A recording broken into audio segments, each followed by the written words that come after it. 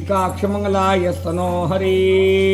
ओम नमो सुनंदाय सहस्रमूर्तये सहस्रपादाक्षरद्वाराहवे शाश्वते सहस्रनामने पुरुषाय शाश्वते सहस्रकोटि धारणे नमः।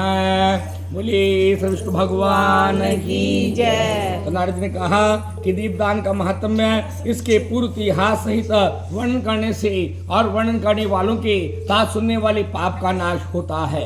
हे राजा, ब्रह्मा के द्वारा वर्णन किए गए पूर्व के दीप महात्म्य को सुनिए, जो कि सबके पापों का नष्ट करने वाला और पुण्य को बढ़ाने वाला है। पहले ही कभी जयद्रथ नाम के राजा, जो कि चंद्रवंश के अंदर उत्पन्न हुआ था, भगवान के नाम में भक्ति करने लगा था। प्रतिदिन जाकर के विष्णु भगवान के देवालय को साफ करता, उसमें दीप जलाया करता था तथा सारे प्राणियों पर दया दृष्टि रखता था। कभी किस समय रेवती नदी किनारे पर विष्णु भगवान के स्थान पर राजा पूजन करने के लिए आया। राजा के चरित्र को देखकर वितिहोत्र नाम पुरुष, जो राजा का राजपुरोहित था, बड़ा आश्चर्यचकित हुआ।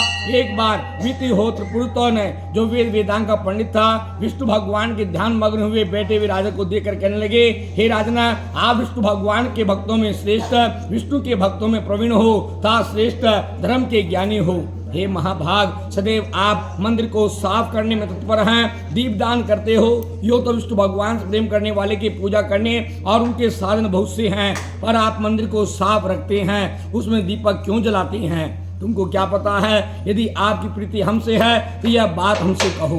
तो पुरोहित के इस प्रकार के वचन सुनकर जयद्रथ नाम के राजा हंसता हुआ नम्र होकर हाथ जोड़कर कहने लगा कि हे ब्राह्मण श्रेष्ठ, मेरे पूर्व जन्म का चरित्र सुनिए, जो कि सुनने वालों को बड़े आश्चर्य में डालता है। मुझे याद है, हे ब्राह्मण, सत्य के अंदर स्वारोचित मनवंत्र के अंदर वेदांग का एक पंडित ब्राह्मण था। वह यज्ञ नहीं करता, न कराता, ग्राम याजक क्रूर था, निष्ठुर था, बहुत से वस्तु न बेचने योग्य थी, उनका विक्रय करता था। इस प्रकार के निंदित कार्य करता हुआ उस ब्राह्मण को उसके परिवार वालों ने त्याग दिया।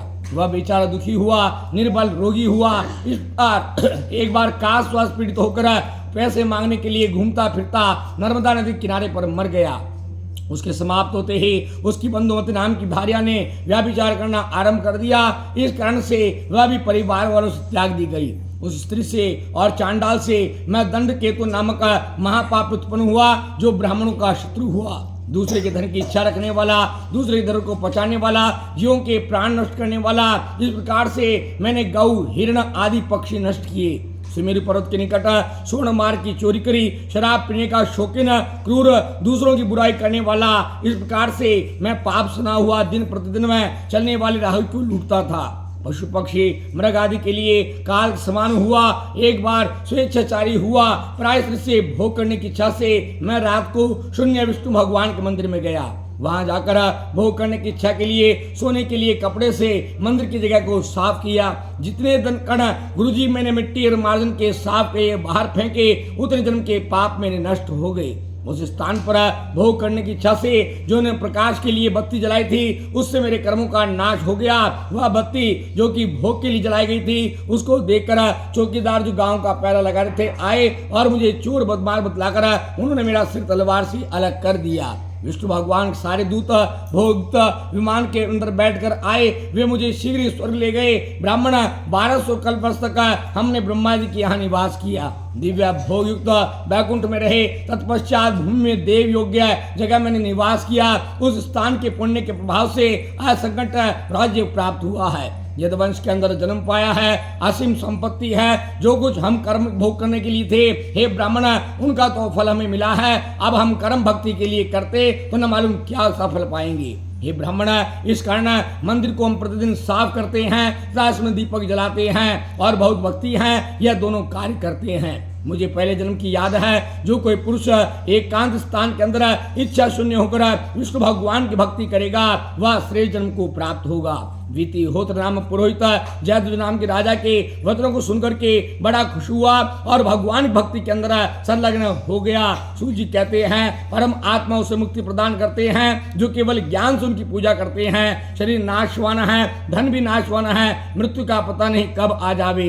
अतः धार्मिक कर्म करने चाहिए। शरीर नाश प्रकाशवान है, तब भी मनुष्य घमंड की बातें बनाते हैं क्योंकि पागल हैं। धन का क्या गर्व, करोड़ों जन्मों के पुण्य प्रभाव से जाकर कहीं भगवान के अंदर भक्ति मिलती है। गंगा नदी में स्नान कर लेना, अतिथि का सत्कार करना सब आसान है, किंतु भगवान की भक्ति करना बड़ा कठिन है। मनुष्य के जन्म बड़ी कठिनाई से प्राप्त होती है, इसी योजना गवाइए। यदि इसका दुरुपयोग करोगे तो यम लोग पास में हैं। यदि आप लोग भवसागर रूप संसार से पार होना चाहते हैं तो ईश्वर की भक्ति रूपी नौका की शरण में जाओ। जो मनुष्य ईश्वर को पा जाते हैं वे धन्य हैं, अतः भगवान की भक्ति में लग जाओ। हे राजन, इस प्रकार नारद कहते हैं, हे धर्म के जानने वाले, जो कोई पुरुष किसी और के जलाए दीप को बढ़ाता है उससे ईश्वर बड़े संतुष्ट होते हैं। उनके विषय में तो कहना ही क्या है, जो भगवान के अंदर श्रद्धा रखते हैं, दीप जलाते हैं, उनका फल सुनिए।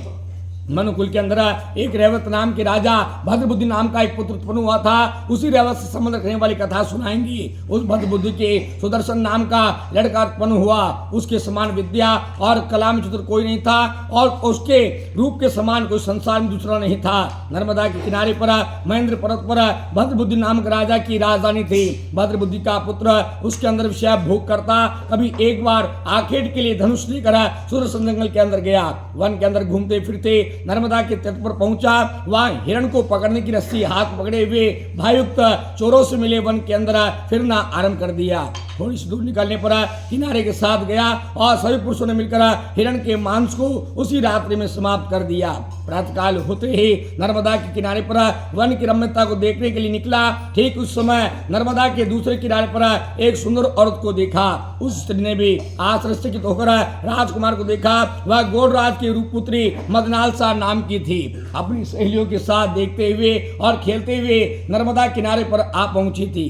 दोनों मिलकर नर्मदा की नदी में घुसकर लज्जायुक्त आंखों से क्रीड़ा करने लगे। तत्पश्चात सुदर्शन अपने साथियों को वही खड़ा करके अपने अश्व सवार होकर दूसरे किनारे पर गया।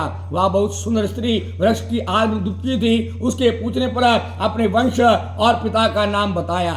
उस स्त्री को भी विद्या और कला के अंदर चतुर और गुणयुक्त वीर ने लुभा लिया। दोनों ने मिलकर अपना गंधर्व विवाह कर लिया। दोनों ने नर्मदा के किनारे पर वन के अंदर रमण किया। तत्पश्चात राजकुमार और मदनालसा दोनों अपने राजभवन में आकर सुख से रहने लगे। तत्पश्चात विषय भोग से त्याग कर भद्रबुद्धि राज्य सिंहासन अपने पुत्र को सौंप कर तपस्या करने चला गया। मदनालसा की रानी कृष्ण भगवान जी का व्रत करती थी तथा विष्णु भगवान की पूजा अपने सुदर्शन नाम के पति को सदैव सिखाया करती थी। उन्होंने मणियों से सजाया हुआ विष्णु भगवान का सोने का मंदिर तैयार करवाया। उसी में दोनों विष्णु भगवान की भक्ति करने लगी। कार्तिक मास अंदर राजा रानी विष्णु भगवान के मंदिर के अंदर जो जला रही थी।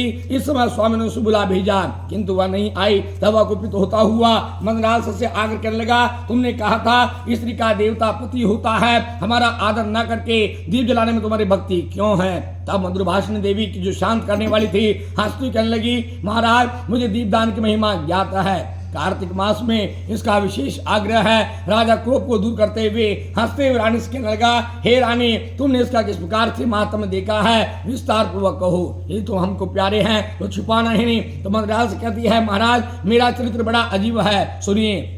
गोदावरी नदी किनारे पर विष्णु भगवान का देवालय है। स्वच्छ अन्न को खाने वाली दंडक नाम के अंदर मैं वन की एक चुहिया थी। वहां के समय कार्तिक मास में वेदव्रत नामक ब्रह्मणि ने आकर नियमित 1 महीने तक दीपदान किया। खाली मंदिर के अंदर तेल की कमी करना, दीपक की लो कम हो गई। तब मैंने जाकर अपने मुख से उस बाती को उकसाया। वह लो मेरे मुंह को फूंकती हुई प्रकाशमान हो गई। मेरे मुख के जल जाने से मैं कुछ खाने के अयोग्य हो गई। फलस्वरूप उस मंदिर के अंदर मर गई। तो अतः स्वप्न के समान देखा। मैंने रात्रि के समय दीपक को चैतन्य किया, इस कारण मैं इतनी सुंदर हूँ, आपकी अर्धांगिनी हूँ। आपके जन्म को याद है। हे राजन, भक्ति पूर्वक जो कार्तिक मास में नियम पूर्वक विष्णु भगवान के आगे दीप जलावे, मंदिर को साफ करे, उसका इतना पुण्य मिले जिसका वर्णन कौन कर सकता है। हे महाराज, इसलिए मेरा दीपदान और मंदिर का साफ करना अदर अनुग्रह है। नारद जी कहते हैं, आश्रय सुनकर सुदर्शन नाम के राजा यह सुनकर के कार्तिक के मास में विष्णु भगवान की पूजा नियम पूर्वक करने लगा।